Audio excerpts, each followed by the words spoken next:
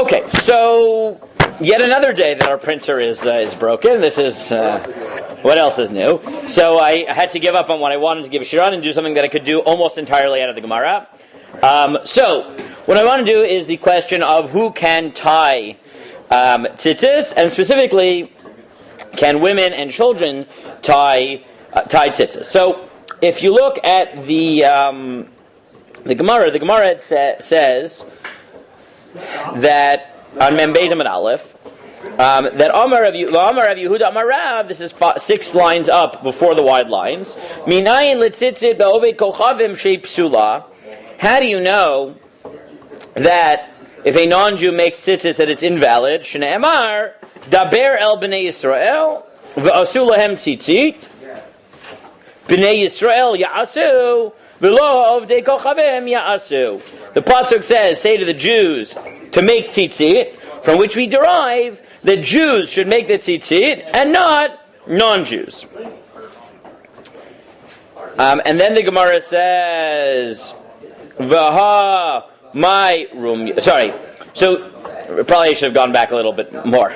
The Gemara had brought this up in the context of saying that the making of tzitzis doesn't need a bracha, because there was a machlokes. Do you need to make a bracha when you make tzitzis? Okay? The Yerushalmi, by the way, paskins halacha that you do. Or that you do. And a lot of things. They also paskin that you make a bracha when you build a sukkah, which all these are not nifsak halacha on the Bavli, they're all nifsak halacha on the Yerushalmi. So he says, why is it a stira to say that you don't make a bracha on making tzitzis, but a non-Jew is not allowed to make it? V'mayrum Yisrael Rav Yosef Ksav Rav Chisda Kol mitzvah sheksher b'oved kochavim Yisrael ein tzarech levarech Kol mitzvah shepsula b'oved kochavim Yisrael tzarech levarech.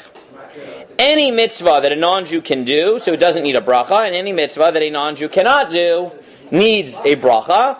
So how can you both hold that a non-Jew cannot make tzitzis, and paskin that you don't make a bracha on making tzitzis? Right? That's the Gemara's stira, and then the Gemara goes through this and tries to figure out whether there are exceptions to this rule, bris milah,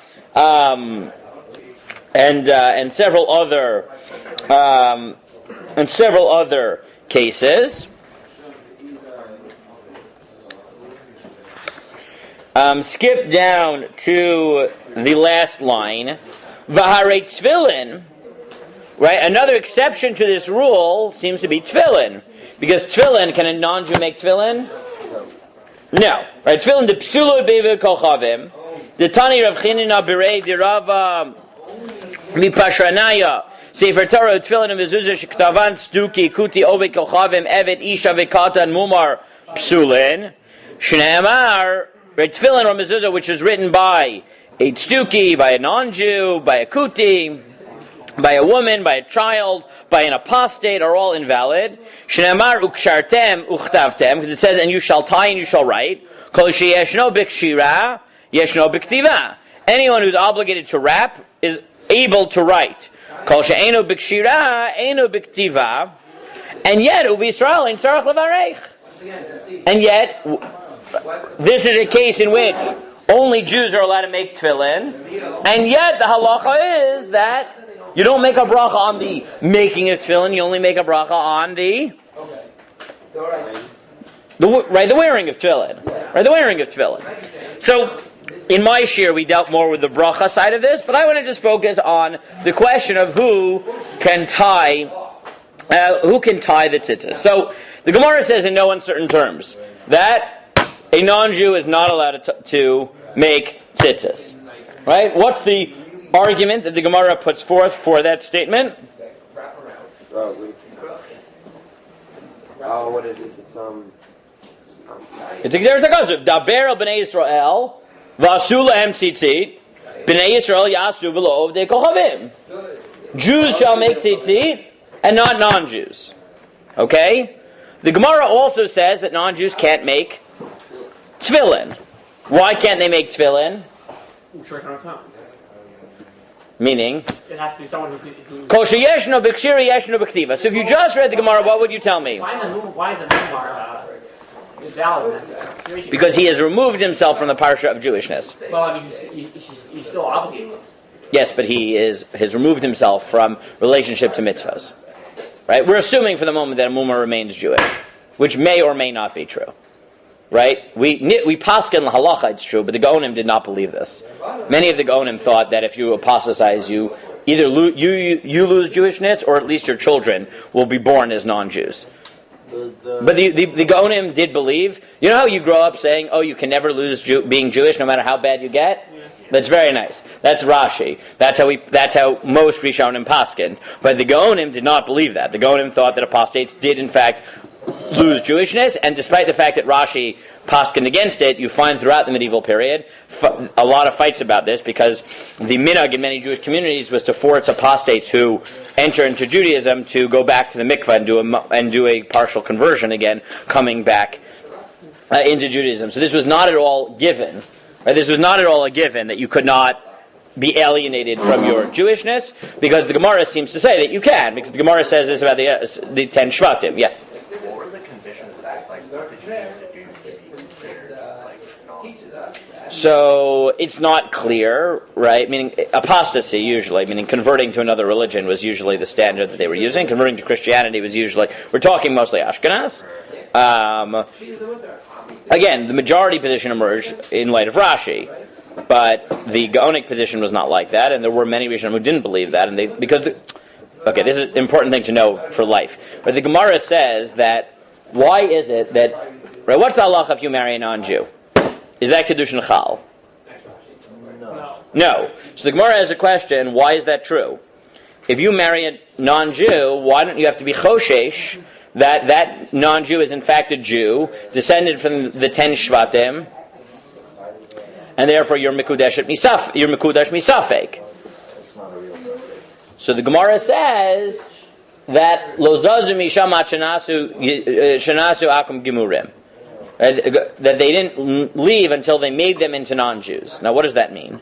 So it could just mean that it's Batal Barov. Right? That really they are Jews. It's just that we don't have to be Choshesh because it's, in general, halacha follows Rov.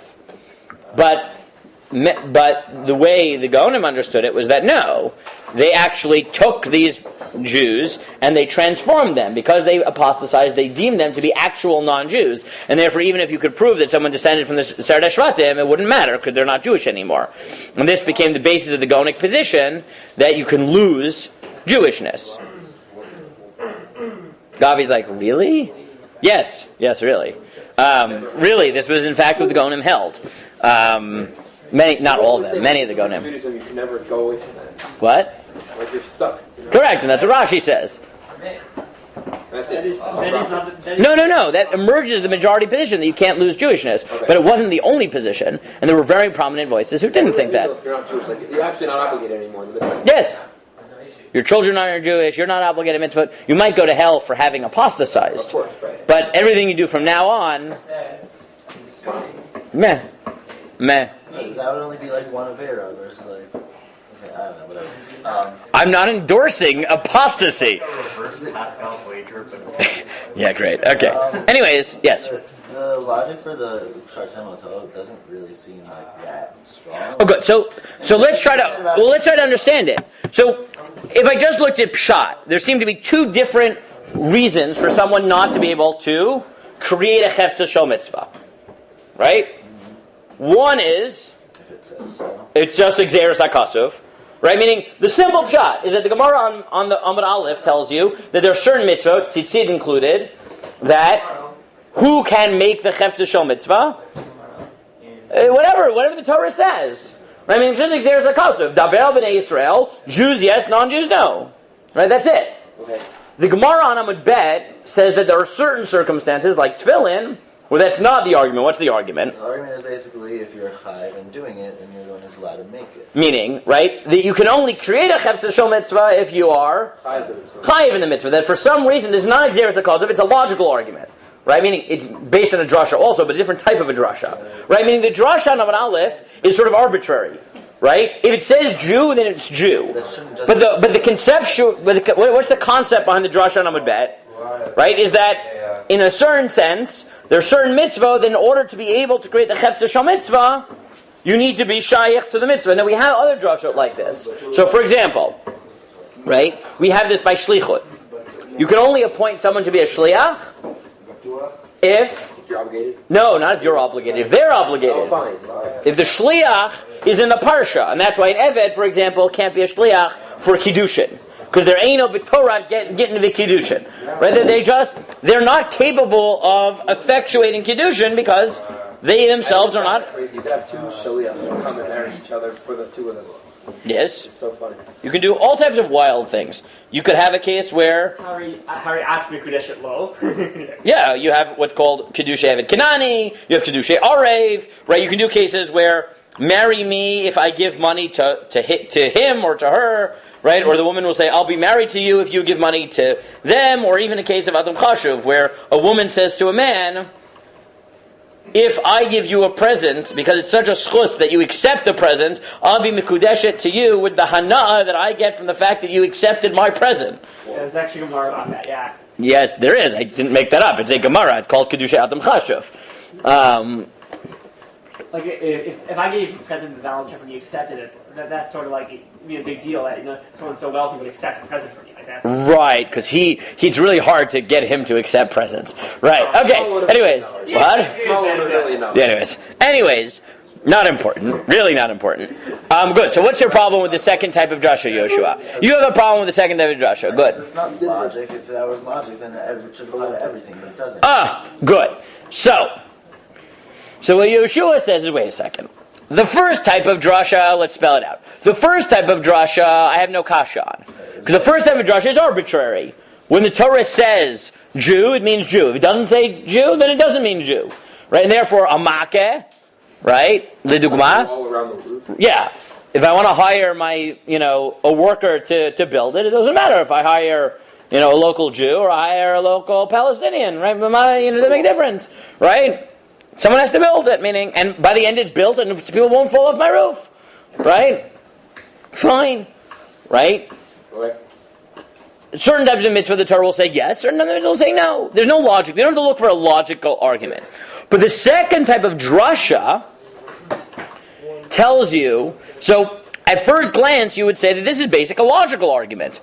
Meaning, in order to be chayiv to the mitzvah, you need to be shaykh to them. In order to make the mitzvah, you need to be shaykh to the mitzvah. You need to be chayiv in the mitzvah.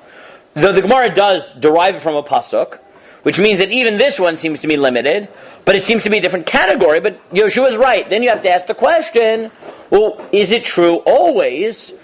And tell me, is it true always? No. No. Give me a very good example of something which is clearly a mitzvah, where someone who's bechal not shaykh in the mitzvah can, in fact, create it. Well, very good. So those of you who are doing sukkah know from sukkah daf chet, that's why I sent it to you, what's called sukkah ganbach. What's sukkah ganbach? Goy. Nashim.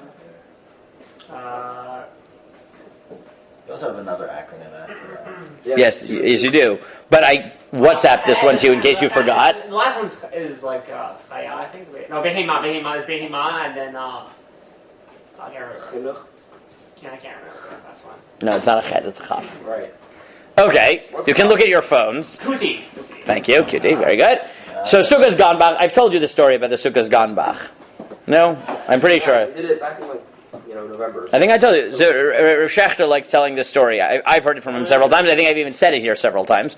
Right? That he said he once had a chazan from a conservative shul come to him, and it was like old school conservative, and the conservative. So the chazan was convinced that the rabbi was an amaretz and wanted to expose him. So what would he do? He would go to Rav Schechter to find out the real halacha and then expose the rabbi that the rabbi doesn't know halacha. Okay? So he once came to him and he said, Rabbi. Which rabbi was he trying to expose? The rabbi of his shul. Oh, the rabbi of his conservative. Yeah, it was a conservative shul.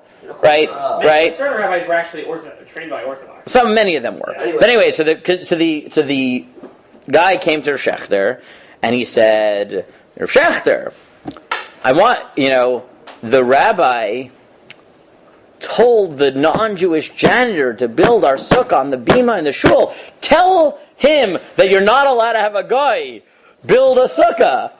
And Rosh Hashanah looked at him and said, you can have a guy build a sukkah, but you can't have a sukkah inside. What are you talking about? And he's like, no, forget about that prat. Forget about that detail. Isn't it a problem because the non-Jew is like, no, you've got this 180 degrees, right? You've got this completely wrong, right? The fact that a non-Jew can build it is a Gemara in Sukkah. Sukkah's ganbach, right? The fact that you can't build it in a house, well, that's also a Beferish Mishnah in Sukkah. It has to be outside, people. But in fact, a guy can build a Sukkah. Sukkah's ganbach. And therefore, Yeshua will say correctly, wait a second. Koshi yeshna b'kshira yeshna b'ksiva sounds like it's not just exeris hakosov. It sounds like a logical argument. But it's not always true. Right? It's not always true. Which means that even this logical argument must be that it's not just a logical argument. It's a different type of drasha. Right? That there are certain types of mitzvot. Right? Well, you have three categories. You have ones where, well, four categories, let's say. Right? You have ones where it really doesn't matter who creates the chefza. You have ones where it matters who creates the chefza, but there's like an arbitrary logic to it. It's just gzeras hakasuv. There are cases where the Torah comes up with a guiding principle, but it's still, you wouldn't have known it without gzeras hakasuv. No, that's three. Good, three. Now, you can look for a logic. Right? You can look for a logic. You can say, once I have the drasha, that teaches me something about it. Right? So maybe, now what type of thing might it teach you? Right? If you wanted to distinguish, and you would say, well, why is it that sukkah's ganbach is mutter, but tefillin cannot be written by a guy, or even a woman? Right? What type of logic would you give? Why is it that sukkah's ganbach doesn't matter? Right? By sukkah, you could have a guy make it no problem. Right? Why? What would the logic be? Why would you distinguish between, let's say, sukkah and tefillin? It's maybe like there's something like important about specifically making tefillin, like the Ma'aseh Mitzvah versus like sukkah. It's just the sin of sukkah. It just happens to be you need. Good. So one possibility is that there's a difference between cases in which the chefza itself becomes, in a certain sense, kadosh, or the process. Right? Remember we talked about this with. When did we talk about this? By Gardumin, right? We talked about shiurim, where the Gemara says there's a difference there by tefillin and tzitzis, right? That certain things, the process matters, right? And by tzitzis, it's even lakula, right? That once you've created it, because it matters, even if some of it is cut off. The fact that it was created by hechsher means that the status maintains, right? But you would distinguish fundamentally between different types of mitzvahs. Ones where the chefza of the sukkah is only a means to create the possibility of mitzvah, but it itself, right, doesn't, right, it doesn't require kedusha or something like that, so it doesn't need to be created. And cases where it does, right? That's the type of logic you would make. Now, there's a problem here because, well, we'll get to the problem. But Ramosha Feinstein essentially makes this argument in Chilekei Tshuva Mem, where he says as follows. He has a slightly different formulation. He says, look, she'ein b'masak sikuch inyan asiyas mitzvah. Making the sukkah is not a mitzvah. Ela yitzirat sukkah sheyuchal l'kayim b'mitzvah. You're just creating a sukkah so that you can then do a mitzvah. Ela shemitzara mitziut kidei sheyeh efshar l'kayim yeshel mitzvah v'gam chiyuv tlo ya'avaryan lo rak mazah sikuch gam b'halichato l'ktor l'knot shchach-kosher v'lo rak aschach gam krashim l'asot etvanot v'gam mazah mitzvah l'nechiyut shalav mutal kol d'machag. So he said maybe there's a mitzvah in the sense that you should be involved in the mitzvah to avoid, sitting outside of a sukkah, etc. But still, in terms of the actual chefza of the sukkah, right? He says at sukkah the best you can say is kishelo yiyel lo sukkah lo yisachik b'asmo yemuchuyev l'sachik b'asmo. That were I not to have a sukkah, if I wouldn't build it, so then I'd be chayav to build it. But that's only because It's a means to an end. I'm chayiv insofar as I need to have a sukkah to live in, but I don't need to make it per se.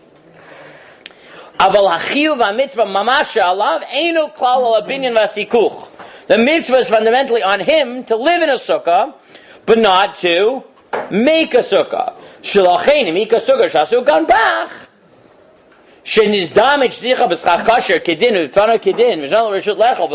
And therefore, if you have a guy who got kosher schach and kosher walls and gave you permission to live there, leka shum chisaron. There is no lack whatsoever. But by other mitzvot, that's not the case. By other mitzvot, now he has a slightly different formulation. He says, by other mitzvot where, right, what creates them, the sukkah is just a chefza, which happens to be that you can mekayim a mitzvah. And he says, give me another example like that. He says, like shofar. Shofar is a ram's horn. Right? The ram didn't grow that horn for l'shem mitzvah, right? You have to cut the ram's horn in a way that you can use it. If a guy had cut it in a perfect shape to be a horn, is it mutter? 100%. Right? A lulav. If a non-Jew happens to cut down a palm branch in the right dimensions, of course you can use it because these cheftzas have identity outside of halacha. Right, and sukkah is the same. What is sukkah defined as in the Gemara? Ramosha doesn't say this, but this is obviously where he's coming from. What does the Gemara say? You guys are doing sukkah. It's defined as a dira, l'shem tzeil. Right? And the Gemara says the word sukkah comes up in other places, not always l'shem mitzvah. A sukkah is just a hut. Yeah. Right, meaning it's a chefza, which has a different definition. There are certain parameters to be mekayim the mitzvah, but fundamentally, it's not a chefza shel mitzvah. Right, but tefillin only has one. Exactly. But tefillin, right, what is tefillin? Right? Phylacteries. What? Phylacteries. Correct. Exactly. Meaning, if tefillin are not like a natural object, right? A shofar is a ram's horn. A lulav is a palm branch, a palm frond. Right? A sukkah is a hut. All those things have definition beyond the worlds of mitzvot, and therefore it could be that someone who's not chayiv can create it. But why, in certain circumstances, would you say, like by tefillin, that you need someone who's involved in the mitzvah, who's shaykh to the mitzvah, who's chayiv in the mitzvah, to create the chefza shel mitzvah? Because it has no identity outside of the mitzvah, right? You know, it's like when you go through the airport, right? If they didn't have on their list phylacteries, right? Everything was a bomb. And often they do think it's a bomb, and then you have to explain it's phylacteries, and they say, oh, is that a religious thing? And you say, yes, it's a religious thing.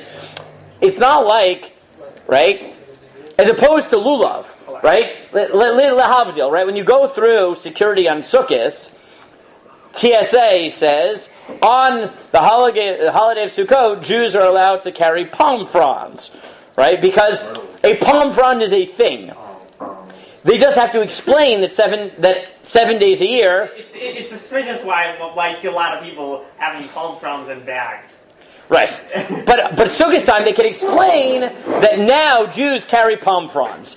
But by tefillin, it doesn't. Maybe that helps them by lulav. If they said phylactery, right? I mean, again, it's not like between this day and this day they are allowed to carry, palm fronds and citrons and myrtle branches and willows. They have this religious thing made of hide that has words from the Bible in it, and they're called phylactery. Right? It doesn't even make sense. It's not like the Torah said use this chefza. It said create this chefza.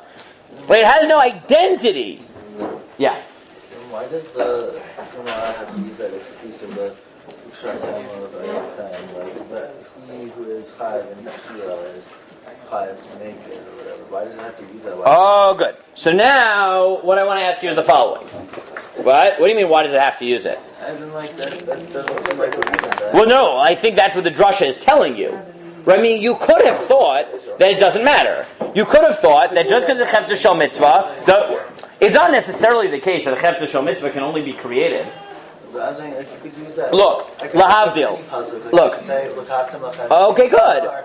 He who is chayiv in the lakifa is chayiv to grow the tree himself. You could have. So why do I think that the Gemara thinks that it's a plausible drasha by tefillin and not by lulav, let's say, is because of this word.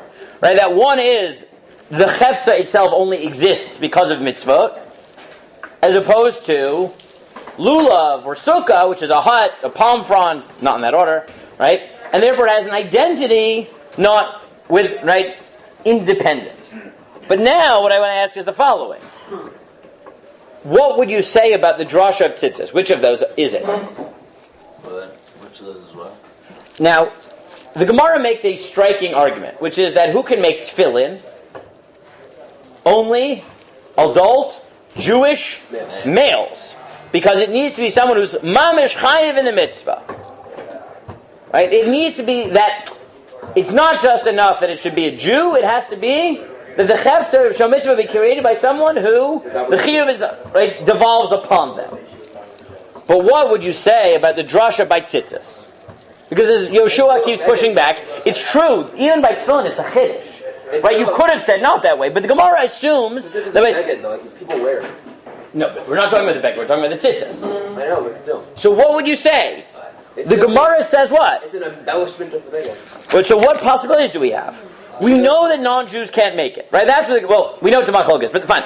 Within the sheet that we pass like, good. What about women? Give me. Either you would say they could or they can't. But what? Good. So if you think that what? You could say it's a very literal thing. B'nai Yisrael, maybe only the men. Bidyuk. So either you could say that look, tzitzis is not like tefillin, right? Tefillin is a davar shebekdusha. Tzitzis are not kadosh.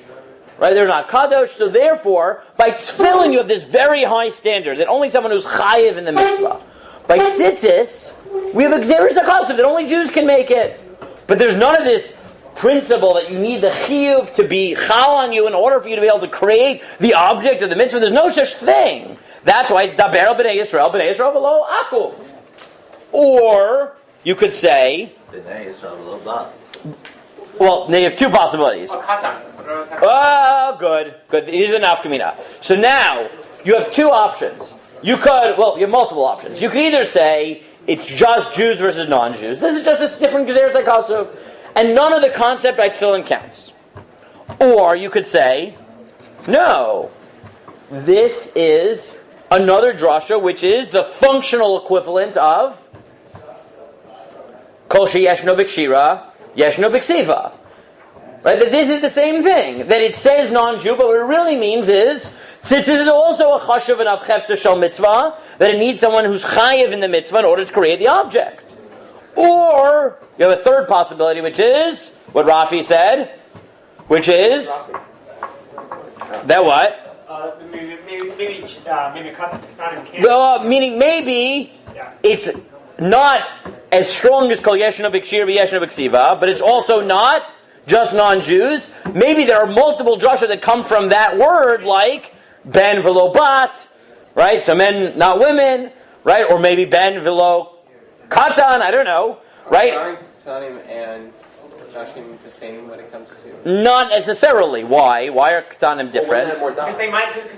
On the one hand, women are better because they're adult, right? They're adults. On the other hand, they're worse because a male child will eventually be chayiv in the mitzvah. Right, so they're both tov u'ra. So, like I said, this sugya is not very complicated once you get these fundamental possibilities out. So, Tosfos. Didn't the Gemara straight up say B'nai Yisrael below akum? Below akum, right. But the question is, are there other implied drashot? So but it specified only one. Good. So we have three possibilities. You could say it means Jew and non-Jew. Nikudas of sipor. You could say that it's the functional equivalent of kol sheyeshno b'kshira. Yeshno b'ksiva, and therefore it'll exclude women and children and everybody, right? Or you could say that it's a slightly more expansive drasha, and maybe it will be ben vilobat or something like that, right? So let's look at Tosfos. Now you understand where Tosfos is coming from. Tosfos, this very short Tosfos says, mashma ha-isha kshera. It sounds like a woman can make tzitzis. V'lo amar kol she'eno b'levi she'eno be'asiyah. He says, why do I think women can make it? Because we have two types of drashot here. On Membed and Aleph, when we're excluding non-Jews from tzitzis, we have a type of drasha which just says, look, certain things, there's just Xeris HaKasuv. Whoever is in, whoever's not in is not in. That's it. But don't start making conceptual expansions. This is not a conceptual argument. It's Xeris HaKasuv. And therefore, by tefillin, the Gemara assumes that the drasha teaches us a fundamental conceptual principle, which is to create the davar shebekdusha. You need someone who's chayiv in the mitzvah. But by tzitzis, it's just arbitrary. It says Bnei Yisrael, so here we say Bnei Yisrael v'lo hakum. And therefore, it excludes only non-Jews, and women are included. Because maybe tefillin is kadosh, so it has those higher requirements. Tzitzis doesn't. The halok did begufa levisha ela bekilayim umiltach reisei v'gabei tefillin darshiki gavna. He said that expansive type of drasha, that conceptual type of drasha, is only by tefillin, but by tzitzis, no such thing. And therefore, if the Gemara says no, then it's no. If the Gemara doesn't say no, then the assumption is yes. Or the assumption is yes, and therefore women can. Right? That is the shita of Tosos here. But if you look at the Rush, right? That's what I give you. I give you the Rush and the Mordechai. Yeah. Okay, so look at the Rush. What? Some people say Mordechai. Really? Yeah. Okay, it's either Mordechai or Mordechai. Those are the two ways of reading it. The Mordechai or the Modche, as you'll sometimes hear, that's not his name. I promise you he didn't say Modche. Okay? Modche. When I was in Rambam, I had one teacher who used to say the Modche. I'm like, what is the Modche? It's like... The Mordechai. No, you got it. Stop it. The Mordechai is just another way of saying the Mordechai. Yeah, exactly. I'm sure that's what his mother called him. Okay. Mordechai! Okay, good. So look, the Rush says the same thing. Right? He says the same thing. I'll just read it for you. He says, "Aval isha kshera lasot tzitzit v'lo amin kol she'eno b'levisha eno be'asiyah." We don't say that anyone who doesn't have to wear it can't make it. Right,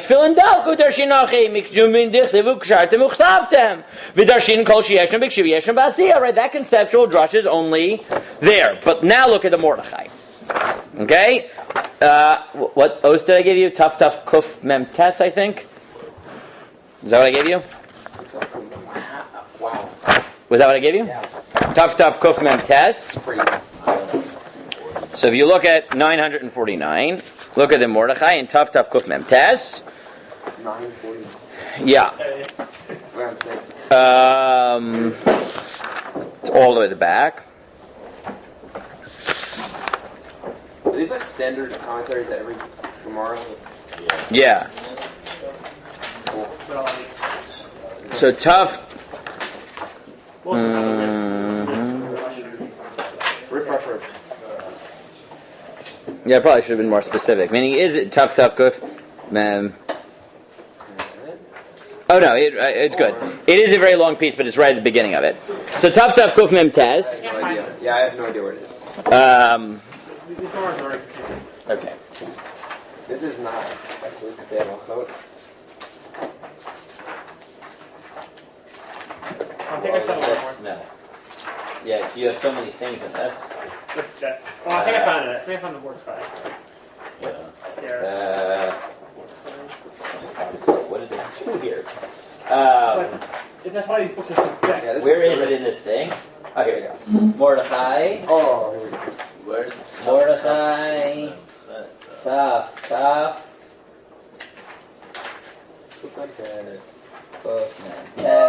At the beginning of it. Taf. Yeah, on the Mordechai, but I don't see. He says the halacha. Here. Taf. This is dark. Taf. There we go. See? They put the O's here. Taf. There we go. Taf. Yeah, That's the beginning of Taf Cookman Test. Here. Yeah. In the Mordechai, it's page, what is on yours? In the Ozvadar, Chet? Yeah. Chet. Oh, In the Ozvadar, it's Chet. It really is the beginning. Yeah. So he says, Minayin letzitzit benachrishi psula. How do you know that tzitzit are invalid by a non-Jew? Shneemar daber b'nei Yisrael v'sula hem tzitzit.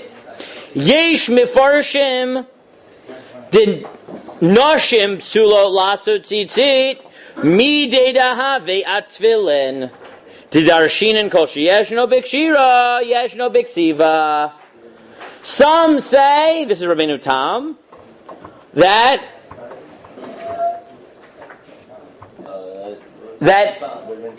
not just they can't make it. Why can't they make it?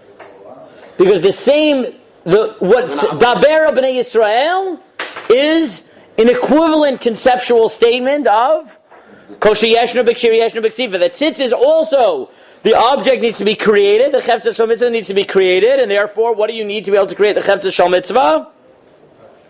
Chiyuv in the mitzvah. Okay, yeah, same thing. V'omeri deleta.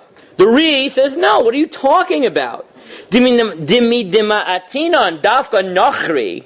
Since the Gemara only excluded non-Jews, alma denashim, kshero laso tzitzit. That shows you that women can make it. Dibnei Yisrael mikru. They are Jewish. And the drasha only excluded non-Jews. Ilav davele mitzvah zeisha is mangrama, and they would be chayiv if it weren't for the fact that it was time-bound. V'teida. And I'll prove to you that there are mitzvot that women can create even though they're not chayavot. Give me a proof. Before we even look at his line, what's he about to prove it from? Thank you. Ganbach. Because Gimel was Goy and Nun was Nashim. Right? V'teida, the Nashim p'tura misukah v'tzukas Ganbach Kshera. Eladavka gabe tfilin degoli kra. V'chein minhag. And he says, this is the minhag. Sha'nashim oso tzitzit. The minhag is that women indeed make tzitzit. Umihu matzati shemaharam ayamakbid. But I found that the Marami Rutenberg was makbid. Why is he quoting the Marami Rutenberg? Because he's the Talmud of the Marami Rutenberg. I don't know. How would I... Who are the three main Talmud of Marami Rutenberg? The Mordechai, the Rush, The Ramban. and the Hagot Maimoniot. Right? The three Bali HaTosfot who wrote Perushim on what? The Gemara. No, on Sephardi halachic works. Because the Rif and the Mordechai are both Al Seder HaRif, and the Hagot Maimoniot is Al Seder HaRambam. Right, that's the common denominator of the three Talmidim of the Marami Rutenberg. Who is named for the Marami Rutenberg? See you guys in my shir. See if you remember. My son, Meir. My oldest son, Meir, is named after the Marami Rutenberg, by Meir of Rutenberg, because it's Ura's favorite Rishon. Good, you remember the things that are not so important to remember, but obviously those things you remember. But in Achanami, right? I remember Ray Willig being so excited when we named Meir. He's like, I love the Maharam. We all love the Maharam. Okay, anyways. The Maharam Hayamakbid. So, Hayamakbid lehaniach lenashim lasot lefi shemisha pater. Okay, that girsa is a problem, as you can tell. Right? Makbid shelo. Right? Meaning, he was makbid that women would not make it, not that women should dafka make it. That doesn't fit the sentence, right? Makbid shelo lahaniach lenashim lasot lefi misha pater min hadavar ein poter acherim.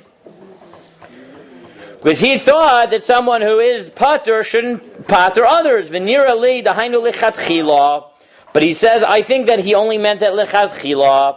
Dim lo kain dikja misukot. Ganbach, the Kshera, etc. He says, I think that it was only lechatchila, that he didn't really think this was the halacha, but he was machmir. Okay, so what does he tell you? He says that he quotes the position, he doesn't say by name, but it's the Re versus Rabbeinu Tam. The Re says, like we said, that really the rule is that everyone can always make the Chefetz Shel Mitzvah. This is just Xeris HaKasuv, and therefore it excludes who it excludes, and it doesn't exclude who it doesn't exclude. Right? But then he quotes the Shita that, right? If you look in, now how do I know? Because I don't want to give you Makaros, how do I know which Rabbeinu Tami's quoting? It's not because like magic. It's because in the parallel Tosfot in Gittin Memhei, Rabbeinu Tam says, Mikan Rabbeinu Tam de'in isha ogedet lulav oset tzitzis. Right? That Rabbeinu Tam is the one who says she can't make a lulav either, and she can't make tzitzis. Kevid lo mifkedah, because she's not chayevet. She can't make the lulav. Can't wrap it, right? Like bind them together. The Einira, and there also Tosfos argues, and he says, "Deha paslinan bireish tchelet tzitzit b'ov gochavim didarish b'nei Yisrael v'asu v'lo of the gochavim v'chal the isha kshera," and then he quotes Chukas Ganbach again. Sounded like magic to me.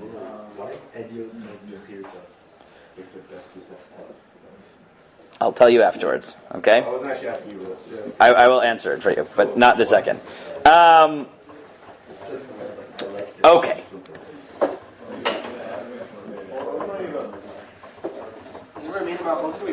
Now, if you look in the Hagot Maimoni, though, the Hagot Maimoni gives you one more possibility. In the Hagot Maimoni in Hilchot Tzitzis, Perek Aleph, halacha-tet, this says what Rafi said. And he says, maybe it's neither that the Gzeres HaKosov by Tzitzis just excludes non-Jews, nor is it what Rabbeinu Tam thinks, which this is a stand-in for a very expansive conceptual argument, which is that women can only, that in general you can only create a chefza shel mitzvah, any chefza shel mitzvah, if you're chayevet, and tzitzis is in that category. He has a middle position, which is It's an expansion of the same that it's B'nai Yisrael. v'lo bat Yisrael, right? So he says, right, dichtiv b'nei Yisrael v'asu. Right, it says b'nei Yisrael, and they should make it. And it sounds like the drasha is something like ben v'lo bat, right? Because he distinguishes this from afterwards of the drasha of yeshna b'kshir, yeshna b'ksiva. Now, what would the nafkamina be? Thank you, Rafi. What's the nafkamina between? Obviously, if you just think it just excludes goyim, so fine. But what's the nafkamina between saying that kol sheyeshno, that b'nei Yisrael v'lo, that b'nei Yisrael, etc., is the equivalent of kol sheyeshno b'kshir, yeshno b'ksiva, and saying it's ben v'lo bat, is children. Because if you think that the drasha by tzitzis is the conceptual equivalent of kol sheyeshno b'kshir, yeshno b'ksiva, then in order to create a chefza shel mitzvah that requires that level of kedusha, you need chiyuv. Right? That's what's going to allow you to define as a chefza shel mitzvah. Then just like we exclude women, we would exclude children. But if you think that no, tzitzis isn't that type of chefza shel mitzvah, you just happen to think it's a slightly more expansive drasha. Jews, not non-Jews. B'nei v'lo b'not. So then, ktanim would be included because, It doesn't feel right, it's not a conceptually expansive, it's just whoever you think is in the drasha, and there's no drasha for a katan. Right, and there's no drasha for a katan. I don't want to get into it. There is a bit of a problem that the Gemara in Avodah Zarah Lametet has a story there of a woman who used to tie the tefillin onto the arm of her husband, right? So what? Well, is it talking about putting this on? But so there are two ways that the Mefarshim defend Rabbeinu Tam. One is to say she just helped him, but he really put it on, or that even Rabbeinu Tam thinks it's only a problem of creating the chefza shel mitzvah, but doing the kshira itself is not a problem. I don't want to get into that because I couldn't give it to you in advance. So guys, are the conceptual models clear? Right? Possibility one is that only by tefillin, maybe only things which are kadosh, you have to create the chefza shel mitzvah, and therefore you have a very high standard. Kol sheyeshna b'kshir, yeshna b'ksiva. By everything else, the assumption is that anyone can make the chefza shel mitzvah, unless you have a specific Gzeres HaKosov. According to that, women and children could both make it, because tzitzis has a different type of drasha. Or you say that the drasha here is the conceptual equivalent of kol sheyeshna b'kshir, yeshna b'ksiva, and that tzitzis are a chefza shel mitzvah that need to be created by a bar chiyuv, and therefore it excludes women and children. Or you say that no, you agree conceptually that tzitzis is not equivalent to tefillin and doesn't need a bar chiyuv to create it. You just happen to think that the drasha of B'nai Yisrael is slightly more expansive than B'nai Yisrael below Akum. It's also B'nai Yisrael below whatever, right? Below B'nos Yisrael, right? Which seems to be the Hagot Maimoni. B'nai, can't that also be with girls too? Well, it could be, but you could theoretically come to Josh of B'nai below B'nai, right? B'nai below B'not. Grammar-wise, B'nai means both together. Right, but sometimes in Chazal they use it to exclude only men. Sometimes they don't. I mean, it could mean all. It can. Sometimes it does. Sometimes it doesn't. Don't ask me when we do. When we don't, it's very complicated. So now, right? But are the three conceptual models clear? Again, this is pretty straightforward as things go. What's the third? Right? Meaning, one is to say that it's mamish equivalent to tefillin. The other is to say no, it's legamre at the other side. And the other one is to say yes, it's at the other side, but maybe the drasha is not just b'nei v'lo b'not, right? It's 2.5 models, right? 2.5 models. Okay.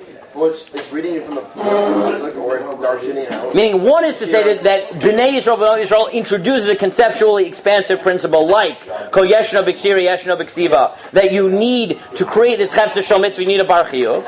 Or no, you don't. That's only by Tefillin, Varim Shebekdusha, something like that, right? Chefte Kedusha. But by Tzitzit, anyone could create it. Elomai, there's certain Xeris HaKasuv. Right. And then within that, you could either say it's only Jew and not non-Jew, or you could say maybe it's Jew and not non-Jew, men and not women. Maybe there are other things included in the Xeris HaKasuv, but there'd be no predictive capacity. Right? Which would exclude women, but maybe include children. Right? Good. So how do we paskin? Very quickly, just to summarize this, how do we paskin? So I'll just read you. Shulchan Aruch says, Tzitzit shatzan eina Yehudi pasol, Dichsev daber al b'nei Yisrael afuke eina Yehudi, va'isha kshera lasotan. Shulchan Aruch says in no uncertain terms, women are allowed to.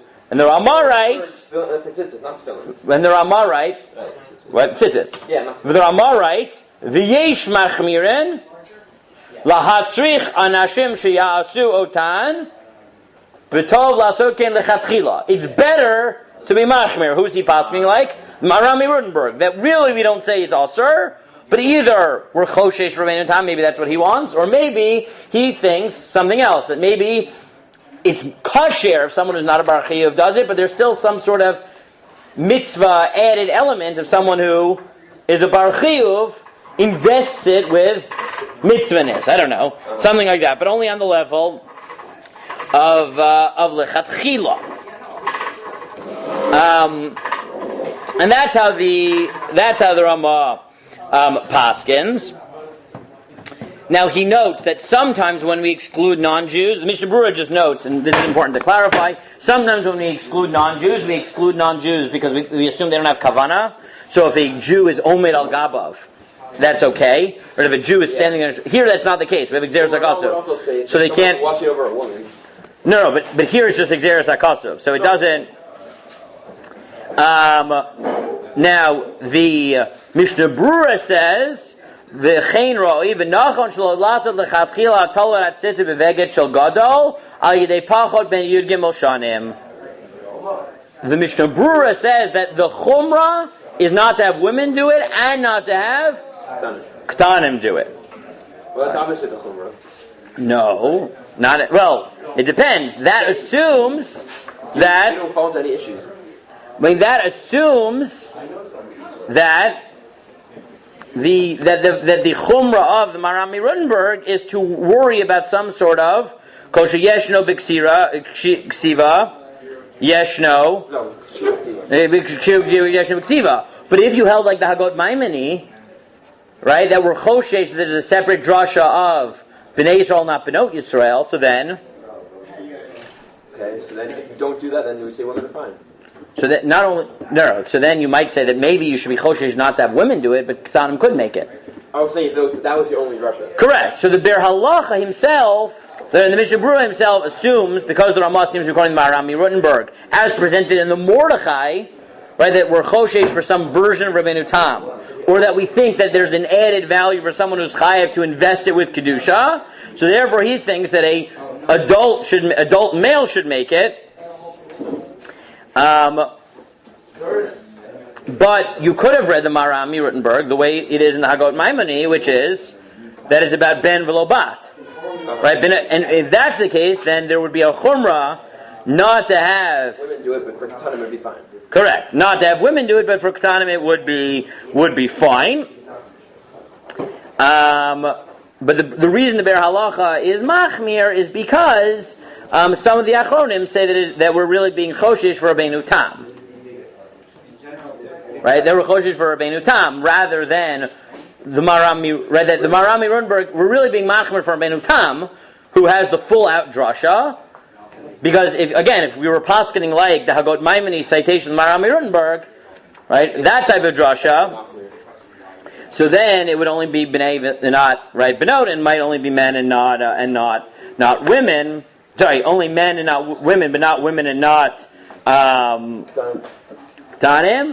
And therefore, he notes that certain achronim are not machmir because they assume that that's what we're doing. That we're really poskening not like a choshish of Rabbeinu Tam, but the Hagot Maimoni's interpretation of Rami Rutenberg. And so he quotes from the Olas Tamid, who says that a katan can make it, right? That even the chumrah is only for women and not ktanim. So lahalacha, if a woman makes tzitzit, is it kosher? Yes. No. Lahalacha. So Baruch says mutter. Yes. Ramah says we're machmir, right? We're machmir. We're choshesh. You would still say that it's fine. That's what I'm saying. That's what I'm saying. So ben gach meikra din we paskin it's mutter. In meikra din rov both poskim Shulchan Aruch and Ramah say it's mutter. The Ramah says you should be machmir, but within that there's machlokas achronim. What are we being machmir for? Being machmir for the conceptually expansive drasha of Rabbeinu Tam, which means we should be machmir both for women and for children, or are we being machmir only for the Hagot Maimoni's understanding of Rami Rutenberg, and therefore we're machmir for women, but we're not even lechatchila. We're not machmir for ktanim. So the Ber Halacha himself quotes the Prima Gadim and Divrei Achayim. The Derech Achayim are machmir for versions of Rabbeinu Tam, but the Olas Tamid is mekil. He does note that he thinks it's obvious, and I think it is obvious that a kid can make his own tzitzis. Because a katan shehigia lechinuch, whatever the chumrah is, insofar as he's chayav, right, his creation of the chefza is at the same level. But then he has this one little interesting twist, which is, does a 12-year-old who made his own tzitzis have to untie it and retie it when he becomes bar mitzvah? So he thinks no, because that's the definition of b'diavad. It was already done. Right, it's already done, and we said we're only machmir lechatchila, meaning ab initio. But since a katan shegiel lechinuch is definitely allowed to make his own tzitzis, so then if he already made it, beheter, we're not going to make him untie it and retie it to be because first of all, mikra din we paskin like the re that it's mutter entirely. We're only choshish lechatchila like the maram, and even when the maram, it's not clear that he cares about ktanim. And even if he does, we don't really paskin like Rabbeinu Tam. We only do it l'chumrah, and therefore he thinks that a katan can definitely do it for himself, and he thinks there's no reason to retie it. There is a proof that I didn't give you, but before we finish, just for completeness, I'll throw this out. That it's a little bit of a weird proof. Anyways, the Rush in Gittin, Perek Dalet, Siman Mevav, says that the proof that we pass on like the Re, that women can make tzitzis, is that the Gemara in Baba Basra, Ayin Daled Amud Beis, says that the wife of Rabbi Chanina ben Dosa in like La'asid Lavo will make the tzitzis for the tzaddikim. It's a weird agadata. I don't know what to do with it, but the Rush uses that as a proof that we paskin. What? It's like a Betsy Ross type of situation. Yes, exactly. That she will make the tzitzis for the tzaddikim. So you see that we paskin that way.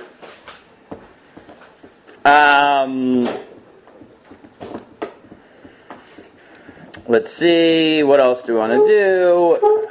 The Yamshel Shlomo defends against that for Rabbeinu Tam because he says maybe that maybe it just means she'll be doing the tviyah, right? That she'll be weaving the strings itself, but not tying the tzitzis. Alternatively, the wife of Rabbi Chanina Dosa is different because she was nizar kol yameh b'tzitzit. She kept the mitzvah of tzitzis. I don't know. Okay, so let's leave it at that. There are a few little issues here and there, but fundamentally, that is the basic point. There are a few things to maybe finish it off, like whether they can prepare other parts of the talis, like tviyah and the like. The assumption is that she probably can. That's the Beis Yosef paskins. Though there are some achronim who think that maybe it's not. Maybe this is one of the nafkaminas of kosher yeshno b'kshira v'yeshno b'ksiva, right? Because if you think it's from yeshno b'kshira, yeshno b'ksiva, so that's only about the kshira and not about the other preparations. If it's exeris hakasav b'nei Yisrael v'lo b'nos Yisrael, so maybe it would be more expansive in that sense. Yeah. And again, the argument that I said before that maybe Ktanim are better in this sense that women, that they could make it even a woman can't, based on the fact that kids will eventually be chayiv, that's from the Ksav Sofer. Okay? But the basic conceptual models we've got out, like I said, halacha, there's a few other things to do, but I don't think it's worth doing another day on it, especially since the whole point of doing this year today was that I could get 90% out of it, out of the Gemara. So the stuff that I can't get in the Gemara, if you're worried about halacha, we've done 90% of it. There's a few sort of nuances that are left, but we'll leave it there, okay?